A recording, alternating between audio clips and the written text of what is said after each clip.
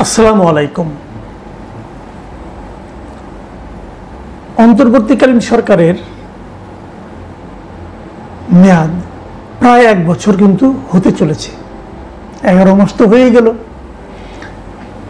এরই মধ্যে তাদের পারফরমেন্স নিয়ে সারা দুনিয়ায় এখন নানা ধরনের আলোচনা হচ্ছে, চুলচেরা বিশ্লেষণ হচ্ছে। কেমন করছে ডক্টর ইউনূসের নেতৃত্বাধীন এই সরকার?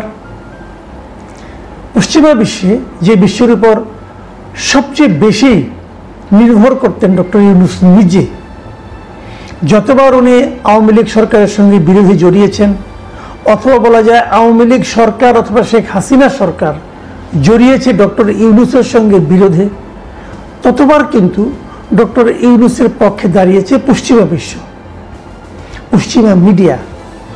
সেই পশ্চিমা বিশ্ব এবং পশ্চিমা মিডিয়া তাদের কথাবার্তা শুনে এখন যেন মনে হচ্ছে তারা ডক্টর ইউনূসের বিপক্ষে কথা বলছে।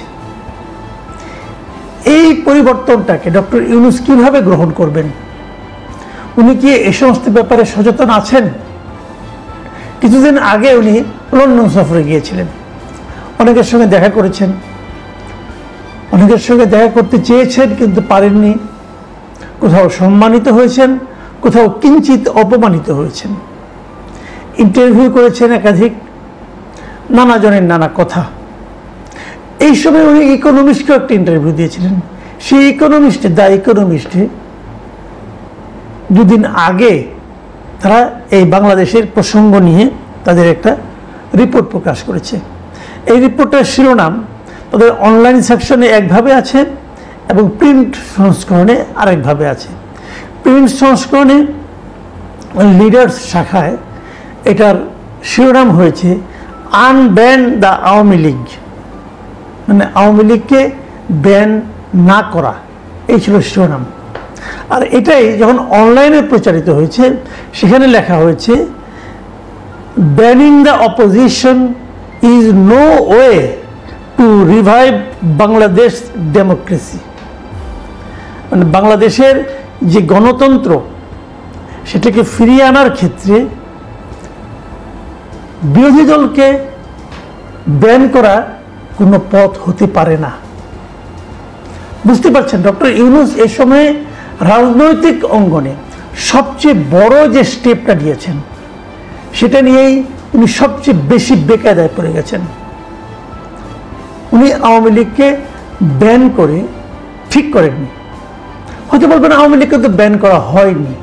হ্যাঁ, ব্যান করা হয়নি, কিন্তু আওয়ামী লীগের কর্মকাণ্ডকে, রাজনৈতিক কর্মকাণ্ডকে নিষিদ্ধ ঘোষণা করা হয়েছে যতদিন পর্যন্ত না বিচার হয়। তো বিচার তো কালকে হচ্ছে না। এই বিচার হতে যদি 5 বছর লাগে, তো 5 বছর আওয়ামী লীগ কোনো রাজনৈতিক কর্মকাণ্ড করতে পারবে না।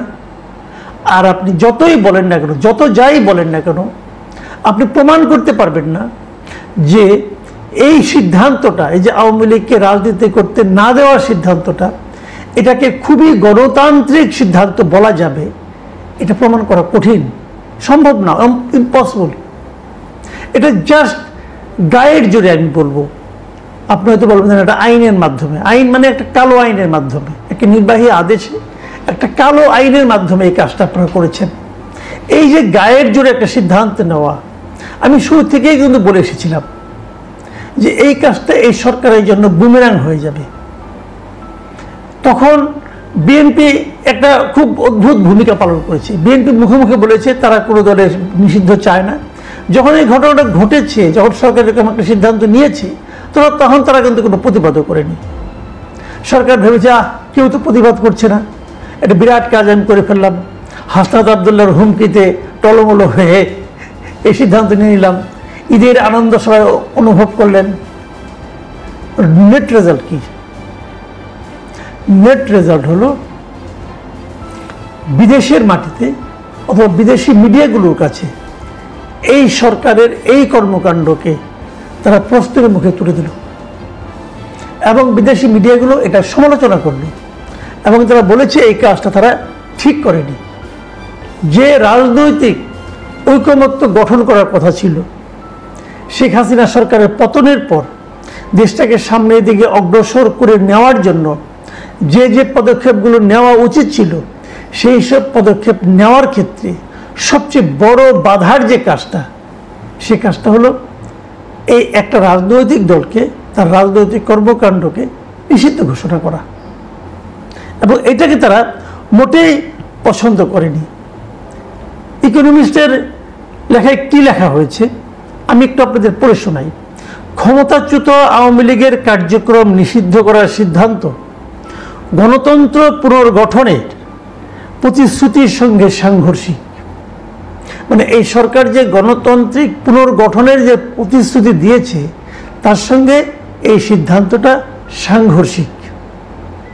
বিতর্কিত সন্ত্রাস বিরোধী আইন সংশোধনের মাধ্যমে জারি করা নিষেধাজ্ঞা আইনি ও নৈতিকভাবে প্রশ্নবিদ্ধ।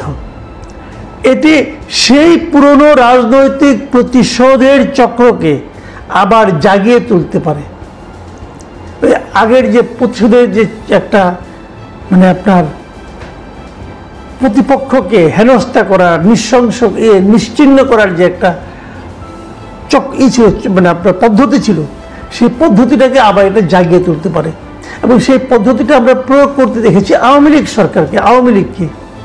সেটাই আবার এরা করছে আওয়ামী লীগের বিরুদ্ধে।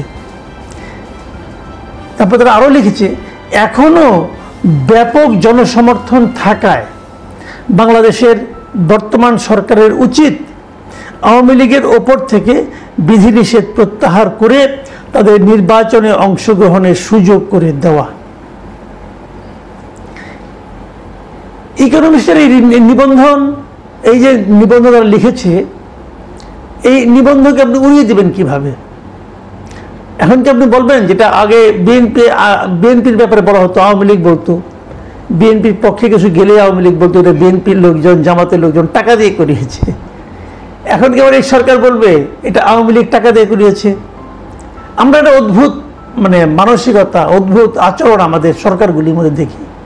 আমাদের সরকারগুলো সবসময় আমি দেখেছি যখনই নিজেদের বিপক্ষে যায় তখনই সেখানে যারা বিরোধী দলের ষড়যন্ত্র খুঁজে পায়। এখন ইকোনমিস্টকে সেই ষড়যন্ত্রের মধ্যে ঢুকে গেল কিনা ডক্টর ইউনূস নিজে ভালো বলতে পারবেন। তবে ইউনূস সাহেবের গ্রহণযোগ্যতা পশ্চিমা বিশ্বে যে একটা বড় ধরনের ঝাঁকুনির মুখে পড়েছে, এতে আমার কোনো সন্দেহ নেই। দেখুন, এটাতে পুরো এই ইউনূস সরকারের 11 মাসের যে কর্মকাণ্ড তার বিশ্লেষণ করা হয়েছে। কি কতটুকু পেরেছে, কতটুকু পারেনি, অর্থনৈতিক খাতে কেন ভালো করেছে, চীনের দিকে ঝুঁকে পড়ার ব্যাপারটা বলেছে, চীনের দিকে ঝুঁকে পড়ুক এটা বাংলাদেশের অনেকেই চায় এটাও বলেছে। আবার পাশাপাশি এটাও বলেছে চীনের সঙ্গে ঝুঁকে পড়লে সেটা যুক্তরাষ্ট্রের সঙ্গে সম্পর্কের ক্ষেত্রে ক্ষতিগ্রস্ত হতে পারে, এটাও বলেছে। আবার তারা আরেকটা কথা বলে, তারা একটা জরিপ করেছে। তারা বলেছে যারা যারা নাকি নির্বাচনে এরই মধ্যে ভোট দিবে বলে সিদ্ধান্ত নিয়েছে তারা তাদের মধ্যে একটা জরিপ করেছে। এবং সেই জরিপে কি হয়েছে, মাত্র 5% লোক এনসিপিকে সমর্থন করেছে, এইটা তাদের দাবি। মানে যে এনসিপি নতুন হয়েছে, ডক্টর ইউনূসের বদান্যতায় গড়ে উঠেছে, যাদের দাবির প্রেক্ষিতেই মূলত আওয়ামী লীগকে নিষিদ্ধ করা হয়েছে,